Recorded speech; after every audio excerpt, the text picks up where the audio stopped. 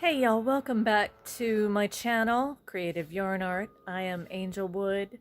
This is part 3 of the weaving video of my simple Earth and Sky scarf. Don't mind the noises behind me. I couldn't help but come outside because this is the first day of beautiful weather that we've had in about 2 weeks. So, couldn't help myself. Anyway, it's a long video, but it's a step-by-step, and I show you how I fix a couple mistakes. I hope you enjoy. If you do, please don't forget to like, subscribe, and please leave comments on what you want to see next, or if the volume is wacky, or whatever you want to talk about. And I will meet you in the comments. Have a beautiful day and enjoy this video. These are the things I have chosen to use to help make that blue pop, or at least I hope to make the blue pop with the green, and that's why I'm calling this scarf my Earth and Sky scarf. See the scissors there? Let me get closer. This is what I'm talking about with the teddy bear yarn. It's actually the Bernat blanket yarn that I have used to make the 2 blankets previously when I crocheted them. And you can use this or the yarn that you used for that to tie off the ends when you first start and at the end. However, I like to use the floss, and it matches really well with that light blue. So I'm going to try and see if this will work. So that's pretty much it. And then here's the hook, actually. That's pretty much it. This is the main component. So I'll see you in a bit and show you exactly how I thread the holes and slots. So here's the braid, and as I said in part 2, this looks a bit cattywampus because frankly it is. What I'm going to do is I'm going to try and keep a good hold of this, keep it nice and taut, and also spin this at the same time, making sure it is as even as possible.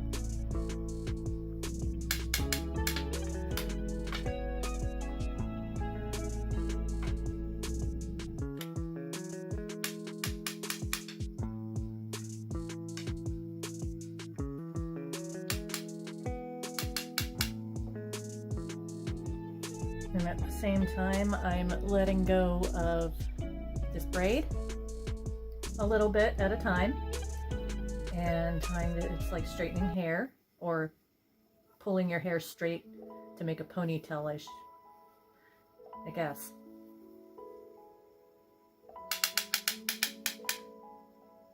And I'm going to see how there's gaps back here. Sometimes it's unavoidable, but you want to try and keep it to where there's not as many gaps. And that's why you hold this part taut. If you hear Thumper, it's the dog.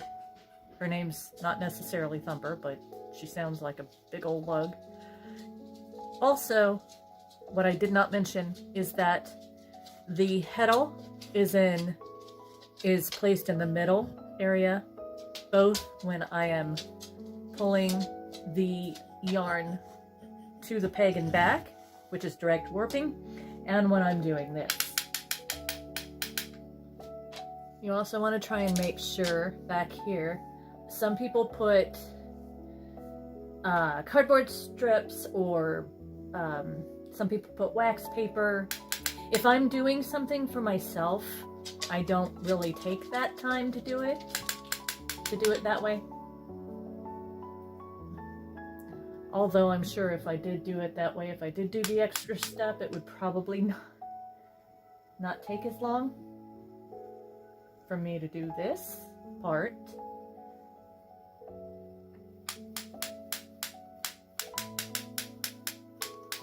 I'm winding it as much as I can up until the end of the yarn gets closer, so that I can later on tie the knot on the dowel on the bottom, which I will show you when we get to that step.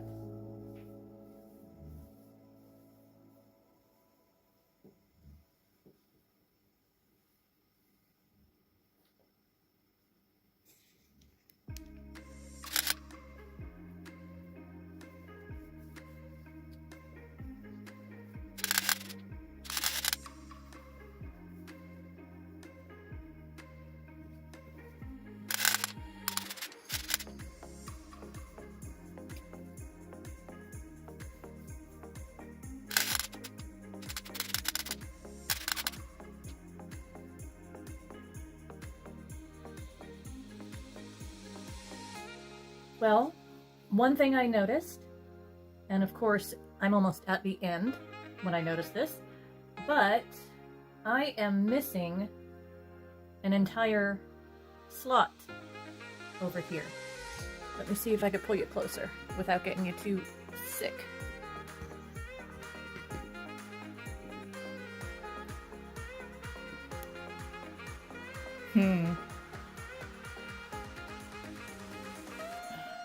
There we go. It is right here. So, what I'm going to attempt to do, and I've done this before because, you know, beautiful mistakes, as I continuously say, I'm going to use, it's the same brand as this, and I love this color. So I'm going to try this, and I'm going to toss it back here so that it has weight to it. And where's my hook? Alrighty then. I'm not sure why that happened. There we go. I'm going to use my hook. You know what? Okay, I just sounded like a valley girl there. There's two ends to this. I'm gonna try to put those in as far as I can. I mean, I can leave it alone if I wanted to, or if I chose to, because it could make a cool texture during the weaving process, or I can try this way.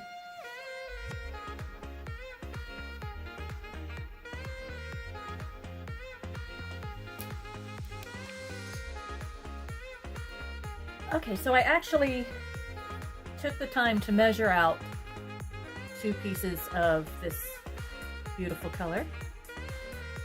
And because I am, you know, I've got a little ways to go, but I'm going to go ahead and finish rolling this in the back, and then I will add these 2 pieces so that way they're even with this side, and then I'll just wrap it around right here where the missing piece is.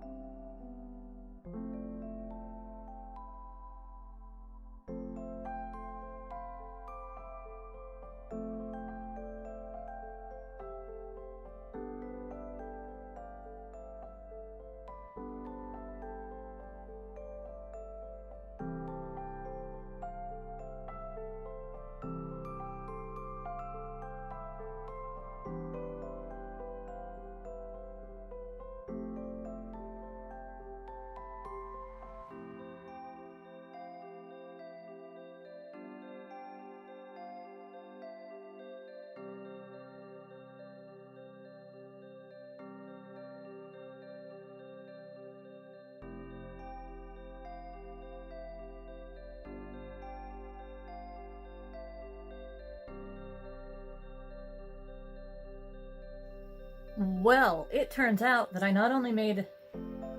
skipped one slot here, I also skipped a slot here. I am the queen of making mistakes, but that's why I created this channel, because I wanted to let you guys, or show you guys, how mistakes can turn into something really cool. Also, normally when you do the warp in one color and then the weft back and forth, it depends on the colors. These colors might show up, they might not.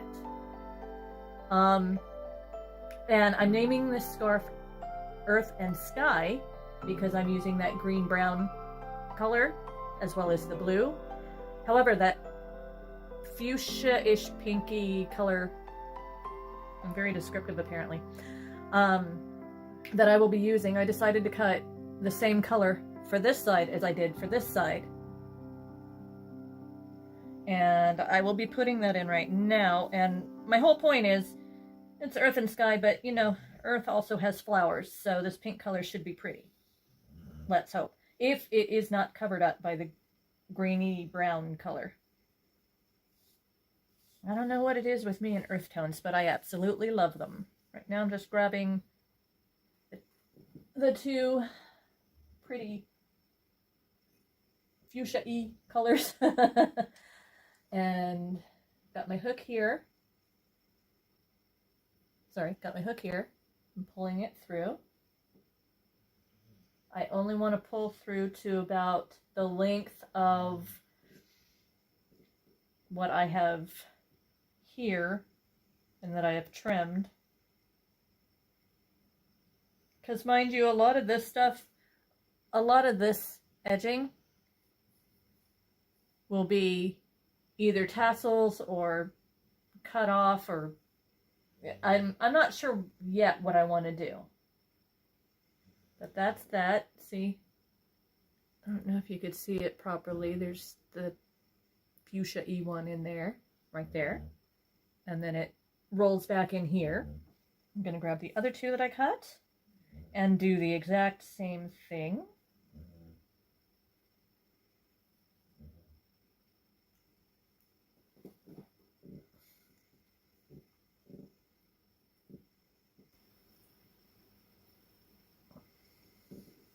Okay.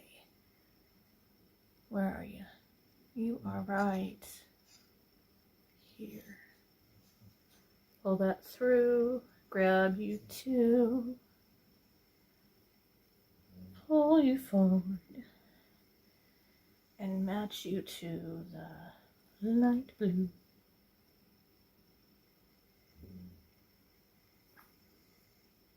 Just like that.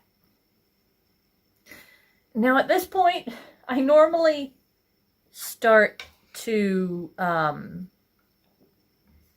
let's see, I could show you.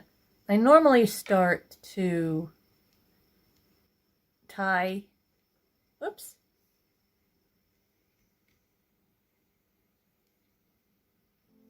to this dowel, and I'm not supposed to. What I'm supposed to do is feed one of these threads through the hole to the right. Now, because I'm a lefty, I have tried going from my left to my right. And talk about getting twisted. What you want to see in the back, and what I will show you after I have done this process, is you want to see a V shape like this. What I was doing, it was looking like that. And then you cannot pass you can't pass the shuttle back and forth if you do it that way, obviously. So, and I've tried different ways of, you know, I've tried only grabbing one yarn and pulling through and stuff, and it's easier for me to pull two back out like this. Let me see if I can get a little closer for you.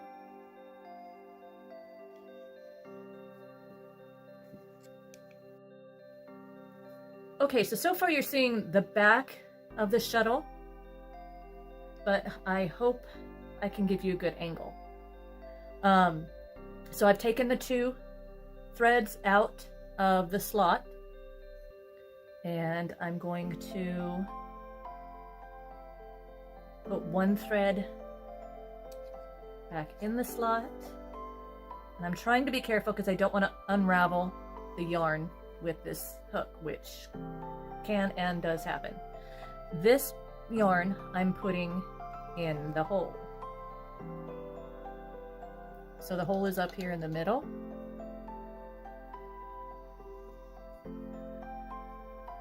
And pull through. Okay. Now I will do it with only 1. I might be able to get away with pulling through just 1 because this yarn is slippery. Sometimes when the yarn is sticky, it is harder to do. I'm also, oops, didn't want to pull that too far. I'm also looking in the back here to make sure I am not crisscrossing anything up there. Pull that out.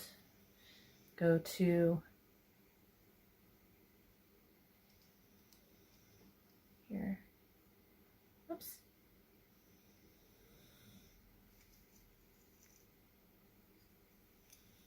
Nope. Doesn't want to work. Gosh darn it. Now these, now I'm catching these. I'm going to have to end up pulling both of them out because one yarn is trying to split and the other yarn is pulling the fuchsia E ones out, and that is not what I want. I want to show you real quick what I'm talking about crossing. Okay. Here, well, shucks.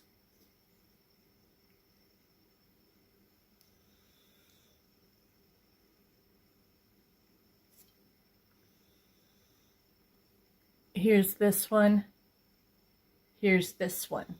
They're crossing in the back. I don't want that. As much as I can avoid it, I do not want that. And that's what was about to happen as well. So I need to focus and make sure that I am doing this properly. Here.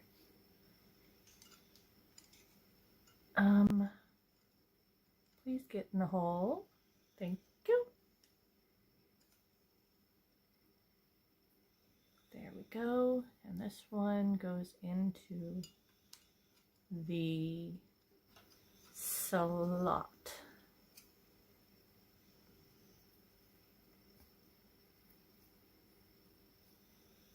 Okay, so it's hold to the right, slot to the right, hold to the right, slot to the right. And you continue in that fashion until you get to the end.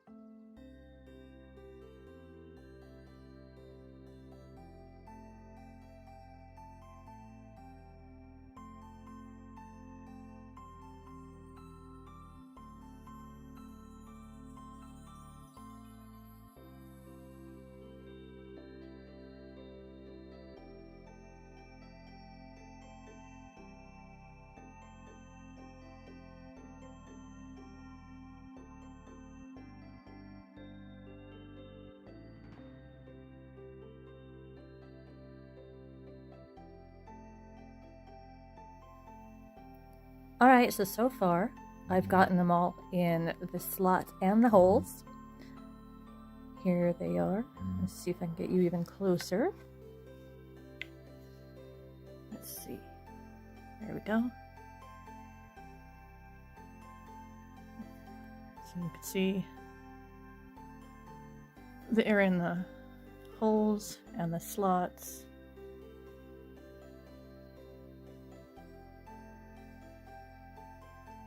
And now I will be tying everything in bunches to this dowel right here that I have my hand on. And I'll show you what that looks like.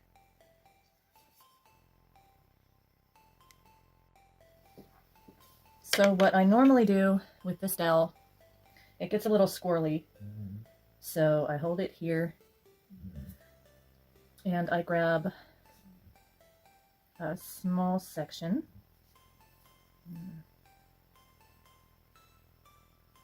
One, two, three. Nope. All right. You want to make sure that they're not going to crisscross up in this area between the slots and the holes. So I've got quite a bit. And this is where the waste comes in. And you split it in the middle. Go underneath. Crisscross it in the back.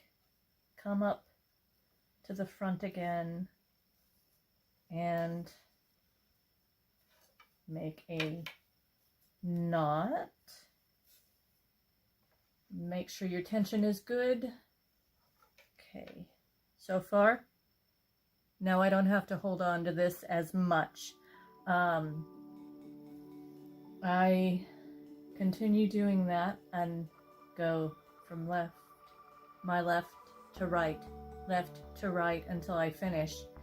And if I need to tighten it, all you do is lift up on this knot, kind of tug on the tails, and pull back down.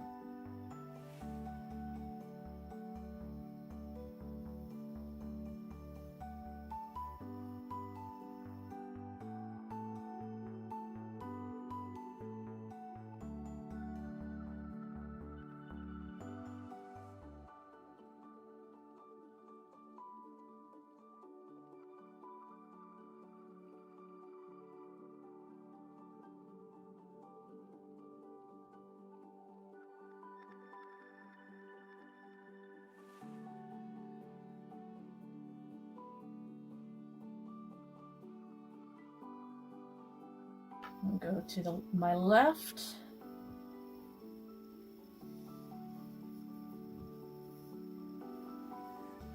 You can even do that, how I spread it apart like that to make sure, because sometimes the threads get sticky. Remember how I was talking about, remember how I was talking about how sticky this one is?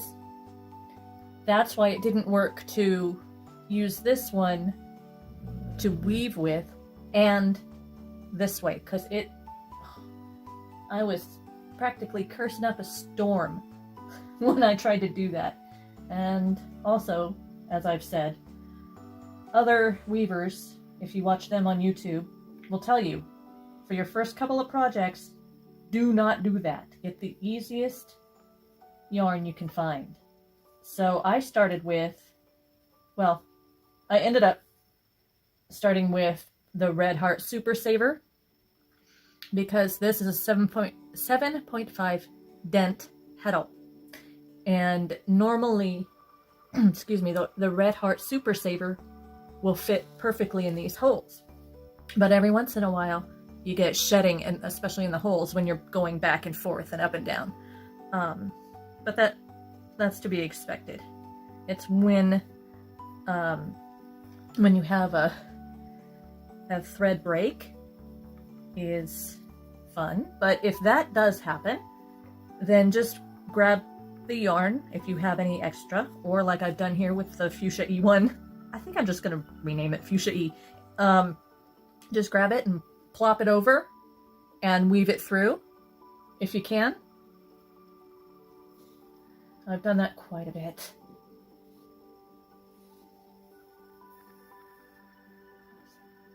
How many bundles is this going to make?